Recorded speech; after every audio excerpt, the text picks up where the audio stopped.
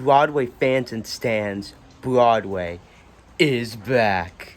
Yes, Broadway is back. It's coming back in the fall. 100% capacity, full crowds, full ticket sales. Capitalism is king. We love them. Broadway. There's been a bunch of exciting Broadway news. Great Gatsby's going to be a musical. Apple's going to be premiering Come From Away, the West Side Story trailer, ticket sales, tons of stuff. So many exciting things. But I feel like I have to be the one to go against the grain. What do I mean by that? So, Scott Rudin, who's a famous producer, theater producer, you all know by now, accused of being an abusive bully like Harvey Weinstein, and Karen Olivia, decided to step down from Moulin Rouge, and Karen basically decided to take a stand against the Broadway complacency that's occurring because none of the big white leads of any of the musicals decided to talk about this or post about it. It was your more obscure Gerard Coronicos, your George Salazars of the Broadway world. And obviously Hugh Jackman and Stun Foster. Sorry, I have a cough. Released a statement that was a little underwhelming, shall we say. And basically everyone's kind of a little on edge right now. And obviously there were two protests with advocating for Broadway justice and equality, and that's amazing. And I'm so happy that those two protests happened because of that, the Broadway League removed Scott Rudin as part of the Broadway League, which is amazing. And sorry that this is being handheld. This was a rough time to get the video up. But anyways, and I don't like the New York Post. It's a very conservative journalist site, but I have to agree with them on this one. The Oscars happened, and they were like,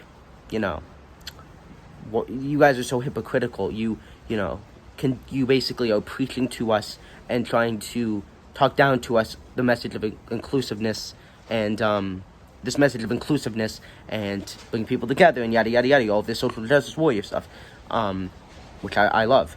But the guy who wrote this said, you can't say that and then not say anything about Scott Rudin, and that you were complacent, and that you didn't say anything because you wanted to get ahead in your career, and big names knew what Harvey Weinstein was doing, what Scott Rudin was doing. And I have to agree with him. I don't think actors should, at this point in time, talk about social justice and what we should do and what we shouldn't do when they're the ones that are allowing this culture of toxic negativity and bullying and white male power and privilege to continue to fluster because, hey, like, we're gonna get an award. He brought up a great example, like, Gerwig said was like advocating for the people, yet she doesn't speak on it. But hey, she got an award, she got the praise, she moves up in the status of the Hollywood elite. And this happens with Broadway too. I think what we have to remember as a Broadway community is to not get distracted by all the gold and the glistening, and we should be happy and advocate and love all the shows that are coming back and celebrate them and buy tickets if we can. But we have to remember to respect. We have to remember to speak up for the people that got abused by Scott Rudin, by the people that are in the transgender community who were affected by the Tiger Little Pill incident, and the Priscilla Queen of the Desert incident, and really remembering how, as inclusive and as progressive as Broadway is, and Hollywood to an extent, there's still a lot of structural, racism and homophobia and all these terrible things. And if we remember those things, we won't get distracted by the kind of distractions that they're going to put on us. And we can't stop fighting for this. We can't stop condemning this and speaking up against this and, saying no to contracts and saying no to different things. Like, I love that actors are saying no to things if there's not diversity or there's maybe a producer that's not that good and well known.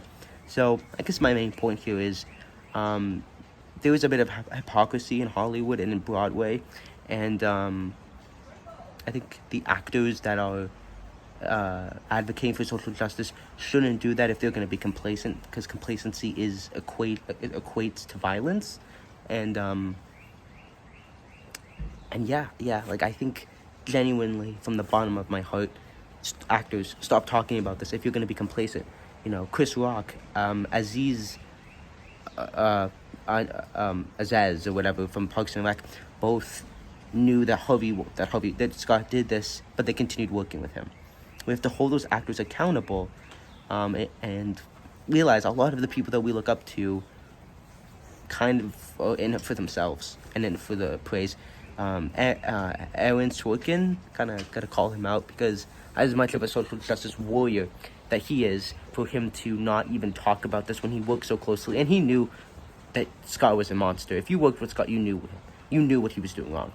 And I want to call him out because no one's calling him out, because where are you? What's your word? I mean, it's hypocrisy, and we can't continue to praise those people. We have to hold them accountable. Don't cancel them, but make them learn and realize their mistakes, and tell them, hey, you can't talk to us about this if you're gonna turn a blind eye. That's just wrong. So we need to call out people who have worked with them, who aren't speaking out, who aren't talking about it, because they're hoping this blows over so that they can get awards. And again, human beings are selfish, and we are terrible people, and we all about us. And life is not black and white; it's gray and it's messy and it's all these things.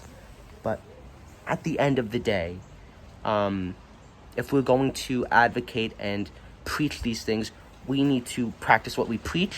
And that's what these Hollywood actors and Broadway actors need to do.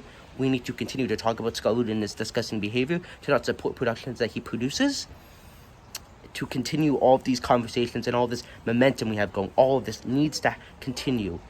And if we can get everyone involved in this and get everyone in the know, we can truly then make a more inclusive Broadway. Because the inclusive Broadway that the press releases do and that the shows do, it's all words, basically. And I'm not trying to sound negative and cynical, but that's the truth. It's all words. And words are just words. We need action, and we need to do stuff that makes people uncomfortable. And that's a big thing. That's a big thing. So I hope this video made sense. I wanted to prepare more for this, but life is life, and I didn't have time to prepare for this video. But again, support Broadway, love Broadway. I'm glad it's back. I'm glad we're getting a bunch of new exciting projects, but we need to continue to hold these people accountable, make real change, be radical, make people uncomfortable, and just completely change this system. Thank you.